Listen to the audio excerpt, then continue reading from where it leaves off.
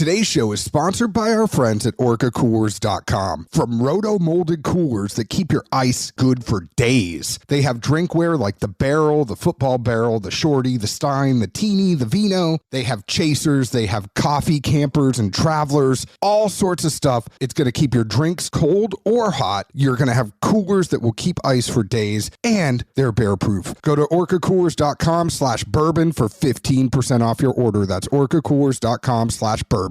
Today's show is also sponsored by our friends at Old Limestone Mixing Water. It is the mixing water of Kentucky bourbon. We are firm believers here at Dad's Drinking Bourbon. Drink however you want to drink. You want ice in it? Put ice in it. You want to put some water in it? Put water in it. And if you're going to put water in it, use water that was filtered through limestone in an aquifer that's 130 feet under the ground. Old Limestone's unique Kentucky limestone aquifer produces a rich, velvety, smooth water with hints of calcium and magnesium, which amplify flavors. Yet with no iron at all, you can make bourbon anywhere you want, but 95% of it is made in Kentucky because the water is special. Use Old Limestone water to mix. Take the taste test. Pour a bourbon neat. Sip it. Now add Old Limestone, swirl it, and sip again. Check out Old Limestone at oldlimestone.com, or they're available at a store near you or online.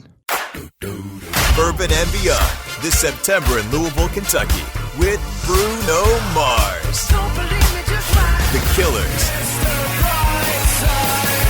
Black Keys, Brandy Carlisle, plus Duran Duran, Billy Strings, Black Crowes, the Avett Brothers, Blondie, and so many more. Bourbon and Beyond, September 14th through 17th in Louisville, Kentucky. All passes on sale now at bourbonandbeyond.com. What's going on, Zeke? What you got for me? Well, I mean, this is going to end up being a you, not a me, but I at least have the question to tee it up. Okay. Because, occasionally I happen to glance at social media and I might even see what abundance of things you're throwing out there as I click through while I'm sitting on the pot, Yeah. But at any rate, I need you to explain how Yellowstone being the Carhartt of TV shows. The Sam hell does that even mean? Oh, okay. You really want to know this? Because this is great. And it's, how a bunch of people wear Carhartt, think that they're cool because they're wearing Carhartt, but they really Carhartt is something that is for people that are actually working, people that do construction or people that are doing shit should wear Carhartt. You and I, Carhartt has become this thing where people wear Carhartt and imagine themselves doing things that they don't really do, kind of thing. I'm not sure where this is occurring. Where I grew up, and anytime I've seen anyone wearing Carhartt, 9.9 times out of 10, they were people that did jobs on the farm or there's a bunch of people, other things. There's a bunch of people that come to Nashville for a weekend to wear Carhartt and bachelorettes wearing Carhartt, or women wearing the Carhartt beanies, or men that are wearing Carhartt that don't really work, do Carhartt work. It's a very, very, very common thing that people make fun of. And I'm just saying, I can't say no. I was perplexed by this. And I'm just saying there's a bunch of people that watch Yellowstone and then all of a sudden think they're ranchers and go wear a cowboy hat because they watch Yellowstone, but they're not really a cowboy. It's the same type of thing. I mean, you've been wearing a lot of hats lately, a lot of Western wear, plaid looking shirts. I don't do that. You wear stuff. those when you're doing your gardening, pressure washing the driveway? 100%. 100%. Carhartt bibs while I'm pressure washing the driveway. That's me. You caught me. You caught me, Zeke Baker. I'm not sure what I'm more confused by, the original statement or your explanation now.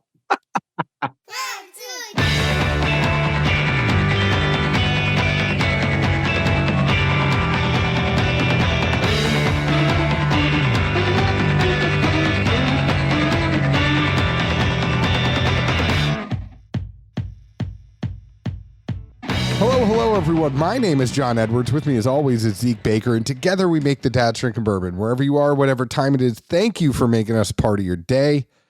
It's a big day. Zeke had a big day today. he got his ass tattooed. And I think that's the perfect way to start the show. It is Mother's Day this weekend. We want to say happy Mother's Day to all the mothers out there. If you are listening to us, if you're not listening to us, if your husband's listening to us, then, listen, go get your wife a present for Mother's Day. Go do something, take care of her. But Zeke, tell everyone what you're doing and why you got your ass tattooed. Well, so Mother's Ruin Bar, which there's a location here in Nashville, one in New York City, and one in Chicago. And it is like one of our favorite bars here in Nashville. I should just mention that, by the way. Decided that for Mother's Day, they would have, I guess, a challenge, so to speak, I think it's called. And if you visit each of the 3 locations during business hours on Mother's Day, so you can't go in there at 12:01 on Saturday, but if you come in after midnight on Sunday, that's still considered Mother's Day hours of business, operation, whatever. Each location will give you a token. And so if you make it to all 3 at whichever of the 3 your third location might be, you can give that to the bartender, and they will give you a card that entitles you to 1 free beer a day for the rest of your life. It's a free cocktail, actually, not even a beer. No, dummy. Let me explain this. Okay. If you go to all 3, you get the free beer, 1 per day. However, if you wanted to, be an overachiever and also get their logo tattooed anywhere on your body in any size, then they would give you a different card that would denote you also completed the challenge as well as got the tattoo.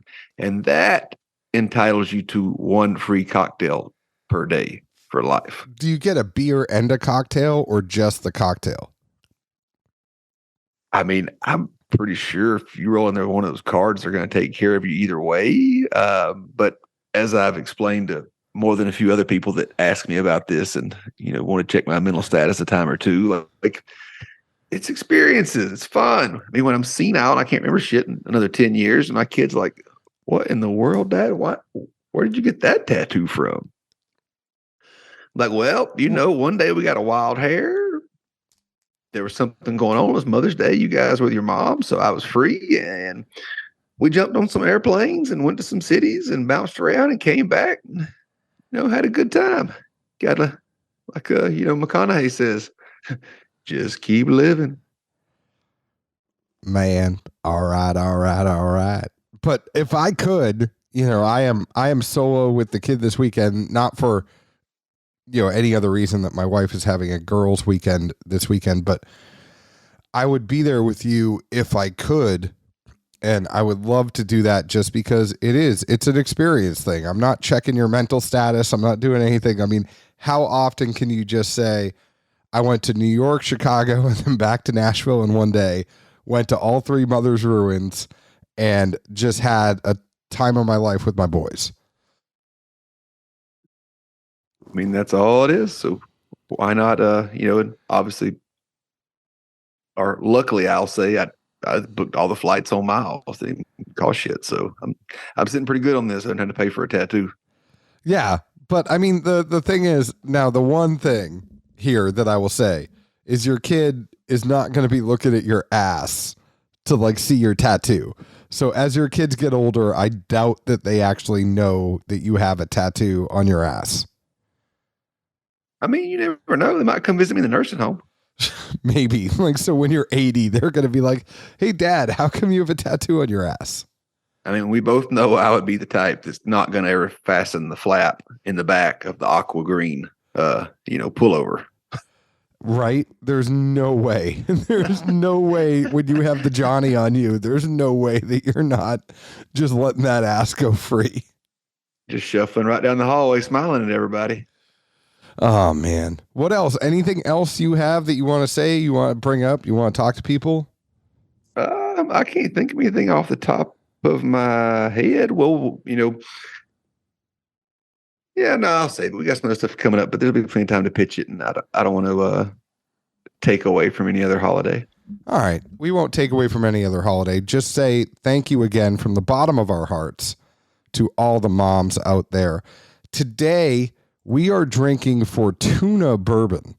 And Fortuna was originally around in like the 1800s. It has been brought back from our friends from Rare Character Whiskey, and they brought it back.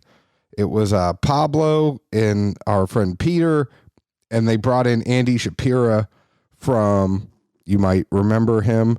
He is the son of Max Shapira from Heaven Hill, who has come in to kind of help with this brand. But it was a brand that was dormant. It was around in the 1800s. It was dormant until the 1960s. It was founded by Phil Hollenbach, a German immigrant.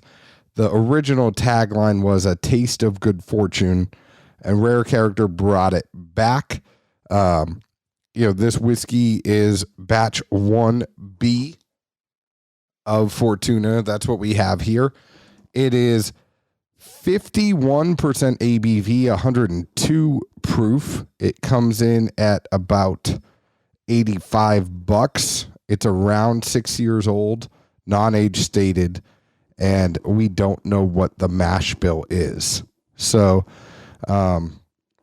basically, it says on the back of the bottle, at the height of America's original whiskey boom of the late 19th century, a German immigrant named Phil Hollenbach crafted a brand called Fortuna that helped define the early days of the modern bourbon industry. Hollenbach left a lasting mark on the whiskey trade. Having found great success in Louisville, Kentucky, he strived to delight customers far and wide, sharing his taste of good fortune. Over 100 years since its inception, Fortuna Bourbon has now been revitalized for a new generation of whiskey lovers to celebrate. Aged a minimum of 6 years and hand-selected by the folks behind Rare Character Whiskey, the spirit of Hollenbach's passion and dedication lives on in this remarkable Kentucky straight bourbon. Any questions you have for me, Zeke Baker? I don't reckon so. Wow. I did my job well tonight. No, it's just kind of late. It's already been a long week, and literally my ass kind of... Your ass is starting to hurt. I asked you if your ass was hurting when we first got on this, and you're like, no, my ass is fine. Now it's starting to hurt a little bit sitting in that chair. I mean, it's probably more tired than hurting. I saw a Cougar Mellencamp at the Ryman a couple nights ago, and my legs still hurt from that, to be honest. Really? Well, we're up towards like the very top, like the back, like 2 or 3 rows. It's all church pews, and like literally, like my knees were slammed. Like basically, the lip of the pew in front of me was in between, or it's like right in the area where they hit you to test for reflexes. You know what I mean? Like under your kneecap, above that bone.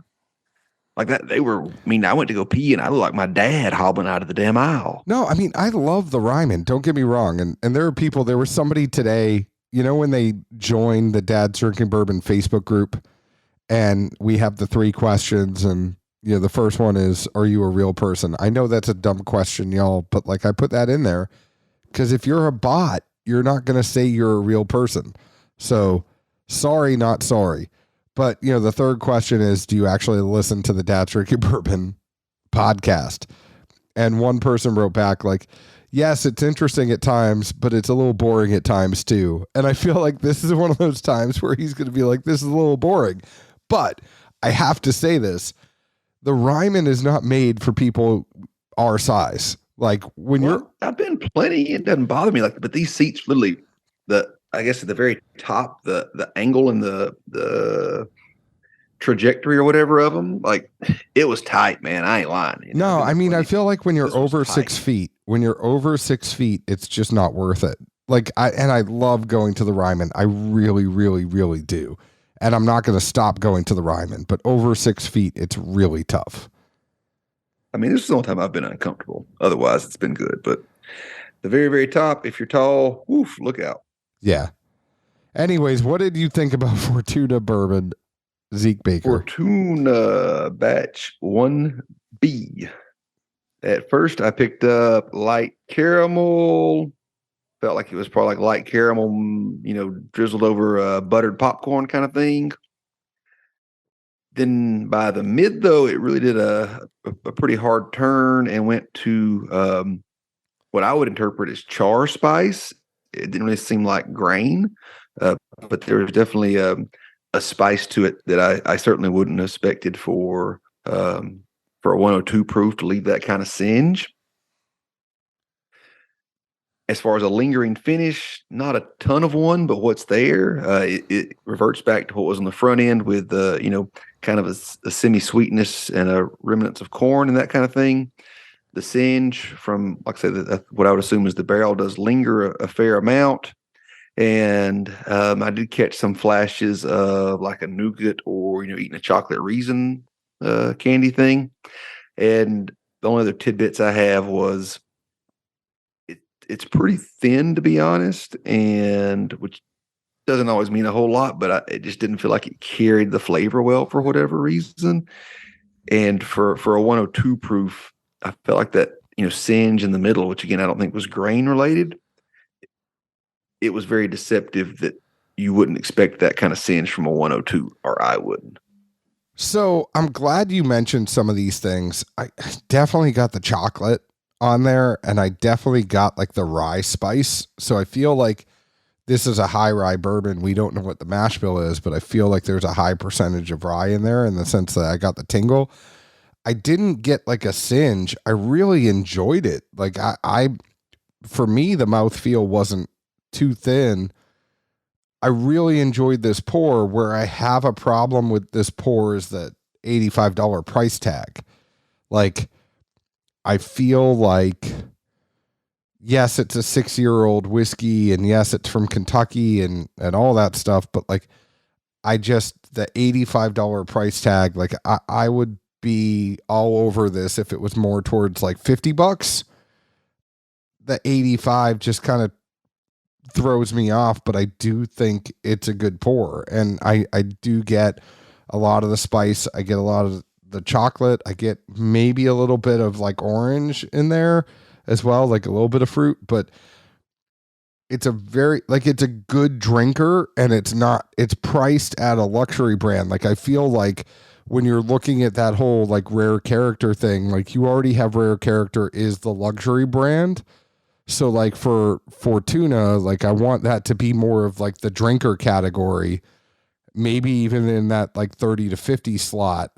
And so having it at 85, it just throws me off, I mean, I'll pick on you for a little while because you left the door open pretty good on this one. No, please do. But is it because of the flavor profile or the proof that you think the price should be lower? I think it's just more of when I drink it, it's the flavor profile. It just feels like a drinker to me rather than like, hey, I'm busting out the good stuff on the weekend, and I don't want my drinker to be 85. Like, okay. You know what I mean? That's like, I think. No, I mean, that's why I asked. Yeah, no. And I think it's everything you said, where it's not like where I didn't have a big problem with the mouthfeel, but like if you're feeling like it's a thinner mouthfeel, that to me, it's like, okay, that's more of a drinker profile than a thinker. And the thinkers should be 85 and above. The drinkers should be a little bit lower. I'm with you. I mean, I guess, and it was not a loaded question, but two parts on this one as well. I mean, it's been a while since we've really hammered a brand on price. So like, let's be honest, like a lot, but a lot of people used to give us a lot of shit over haggling about the price.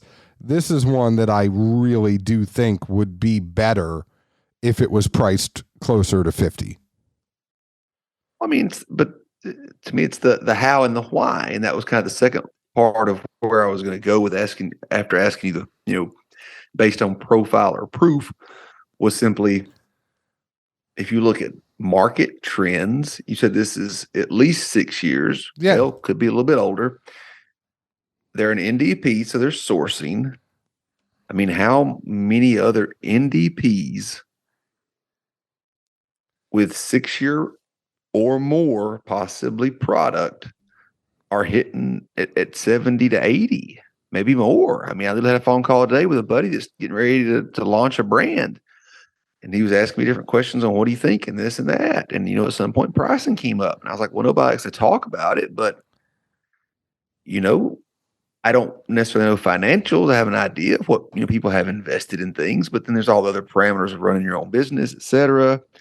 And do you want to drop your price by $5 or $10? And who knows if you sell more or not versus, keeping your price where it is and keeping the perspective of, well, they must charge this much because it's good. I mean, there's always the eyesight thing and the mentality thing that goes into all that, consumers get and they may bitch about, but then at the same time that they kind of want it. I mean, if somebody says, hey man, I got this bottle of bourbon with a purple foil on the top. Do you want it? They might not even know the brand name, but I guarantee you say, yeah, man, get two, please. No, I mean, I totally get it. I totally get, and somebody put out a meme today, and it was the Instagram account, You Would Hate It, and it was like, bourbon prices are not dropping. Like, that was essentially the whole thing of the meme. And 100%, like, the trend, the market trend is to go up. I hate that the market trend is to go up, but like, I also have to think, and I'm just speculating, but like, you bring Andy Shapira in here, I have to think they're getting a deal on some of their juice. I mean, one of my notes is, well, KBD's not getting stuff from across the street anymore. Yeah. So like, Andy Shapira is somebody who knows how to get some whiskey. So to price it at 85, when you're talking about the whole NDP thing, like the easy argument is NDP is getting, is paying a premium for the barrel, and then they have to go put it out. And like, so it's going to be a little bit more.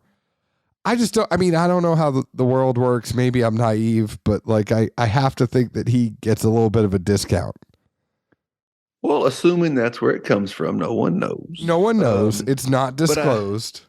Does it say, because since you have the bottle and I don't, does it say cash strength, or is it just 102 proof? No, it's just 102 proof. And I should mention, I bought this one. This is not one that was given to us. I bought this bottle, and it doesn't say. It says selected and bottled by Rare Character. So yeah, it's one of those things where they've had it long enough that they don't have to disclose where it was distilled. I mean, yeah, I think it's only a year or some silly nonsense. Yeah. But I mean, honestly, but to go back to kind of like the flavor of the proof thing, I really think in this market and from a consumer standpoint, that price at that proof is very hard. I mean, again, there's plenty of NDPs out there with 6-year age-stated product at that price point are close enough to not give two shits about. But it says cash strength, and it's at least usually about 110, if not higher. And I mean, we've all seen the boards, we've seen the markets, we've seen people look for. That's what catches the eyes and pulls people in. And I feel like anyone that sees that price point and then 102 is going to be like, what? Hold on now. Yeah, like, why isn't this 117? I mean, to me, again, just, thinking of it from that side of the coin, like, well, hold on. There's at least 5 other people or 5 other bottles on this shelf that are possibly the same source. Who knows? Sourced either way, but they're all at cash strength for the same price. Like, I'm going with the bang for the buck. Hell, I mean, even if you want to take the cheap side of the coin, you can cut the cash strength down to about 102 with some water on your own, get a few extra pours out of that thing. Yeah. 100%. I feel you completely. So I don't know. I do. I mean, what? I was gonna say, I mean, the brand has definitely had a big impact in the past, 12 months now? I mean, I would say it's one of the more trendy things that has come down the line. And not necessarily related to the Fortuna, but I was going to ask you even because like you mentioned, Shapiro's have some ties here. Who knows how close? But you've seen the other thing they're doing, where they're getting barrels from Turkey and they're bringing back. It's either called like Anderson County or Pride of Anderson or something. Yeah. Pride of Anderson County. Yeah. Is that what it is? I couldn't remember. I knew it was something in that realm. But I mean, to me, that I don't know anything about it or what's going on necessarily. But how often have you ever seen Turkey admittedly selling off barrels to a different brand? Well, it's one of those things too where I think Rare Bird 101, so David Jennings is involved somehow. I saw that. I think he helped pick them or whatever. But either way, I mean, other than like the Saffel and those other ones that they still owned those old labels and they just rebottled their stuff under a different brand that they owned. But, I mean, there's always been light rumor mill stuff on, so and so got some bottles from Turkey they're putting out. So and so did this, but it was never more than a small run or limited release. But it seems like they're going to bring a full brand to fruition that's not owned by Campari. Yeah, and I mean, I think we should mention this, and this isn't us like backpedaling or trying to be good about like anything, but like Rare Character is killing it. And like the Rare Character single barrels I've had are great. I had one from Elixir that was a rye. I've had a couple from Red Dog. Like they're killing it. Like I really enjoy the whiskey they're putting out.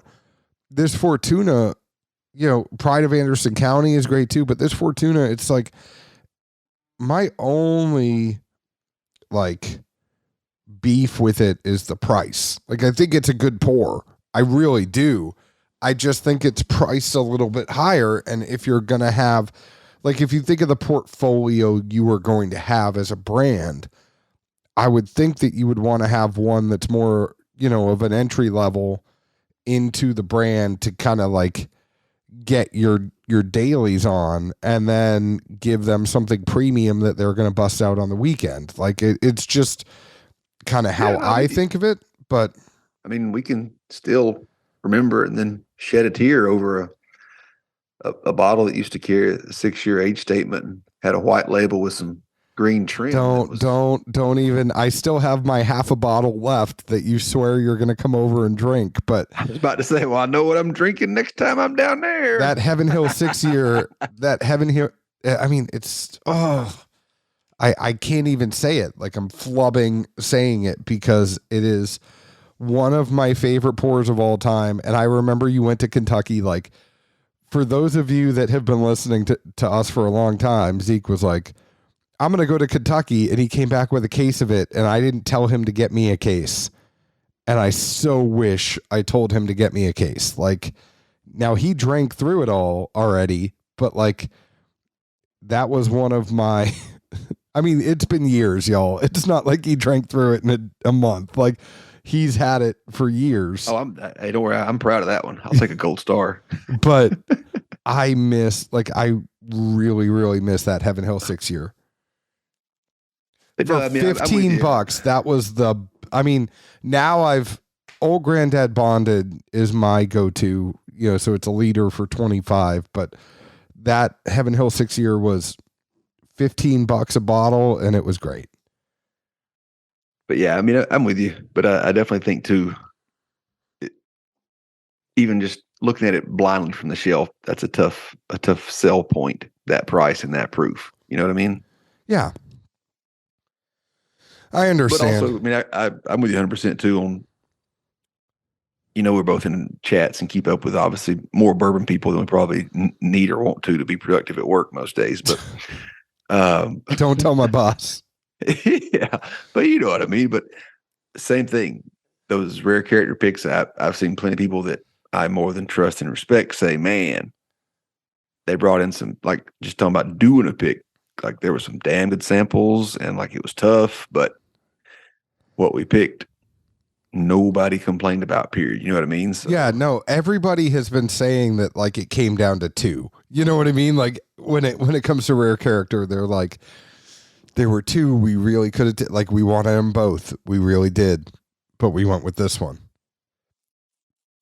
So, I mean, and those aren't priced that far off of this, are they? I don't think. No, I mean, they're about 100. So if you're sitting there and you get a pour of each one, which one are you going to buy, even if it's $15 more? I mean, it begs the question, right? Like, so are they even like pricing and competing with themselves where they could be kind of getting people to be fans of the brand with more of a drinker price? Almost like the barrel versus distillum. Remember that? Oh, I know that befuddles you. And I know when we have Joe on, like, that's going to be the one thing you ask, like, why Stellum? I don't get it. Well, we maybe remember the price point. It was a simple thing. Like the proof was down. The price, I don't know. Things that don't make linear sense to me, especially like somewhat data wise, definitely irk the ever loving mess out of me. Well, go put some lotion on your ass. Thank you, Fortuna. I know I bought this one, but it was good. Go ahead and find us on Facebook at Dad's Drinking Bourbon, Twitter at Bourbon Dads, Instagram at Dad's Drinking Bourbon. Please leave us an open and honest review, just like we leave open and honest reviews about the whiskey we drink. Zeke, where else can the folks find us? Good old Nashville, Tennessee. And they could find you on a plane all Sunday. Cheers. Ciao.